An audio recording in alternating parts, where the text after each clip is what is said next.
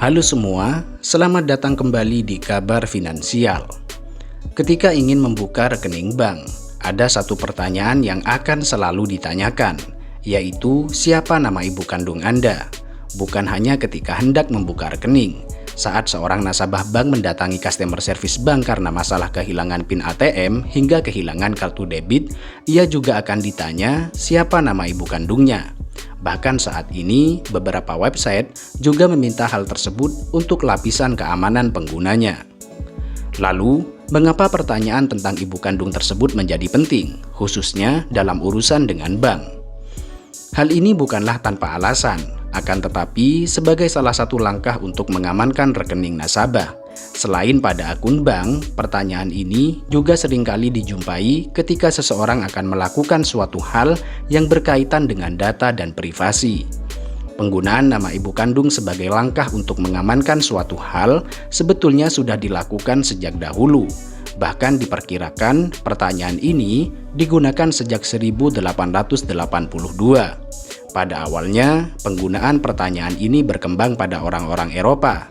Hal ini karena nama ibu kandung adalah suatu hal yang sangat jarang diketahui oleh publik dan biasanya hanya diketahui oleh sebagian orang saja, seperti saudara atau teman dekat.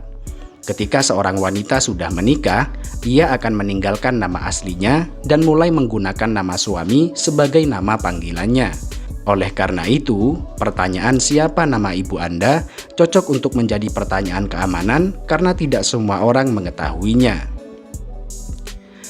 Kendati telah berusia ratusan tahun, pertanyaan siapa nama ibu kandung tersebut masih sering digunakan dengan alasan sebagai lapisan keamanan akun dan data.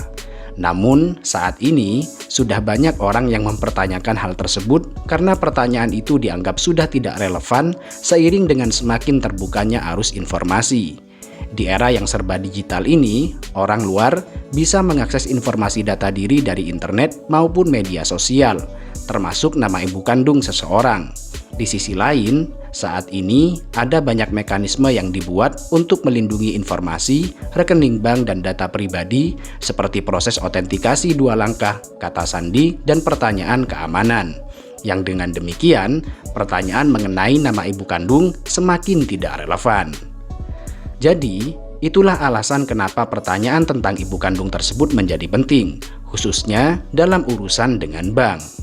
Itu saja untuk hari ini, semoga bermanfaat dan sampai berjumpa di video berikutnya.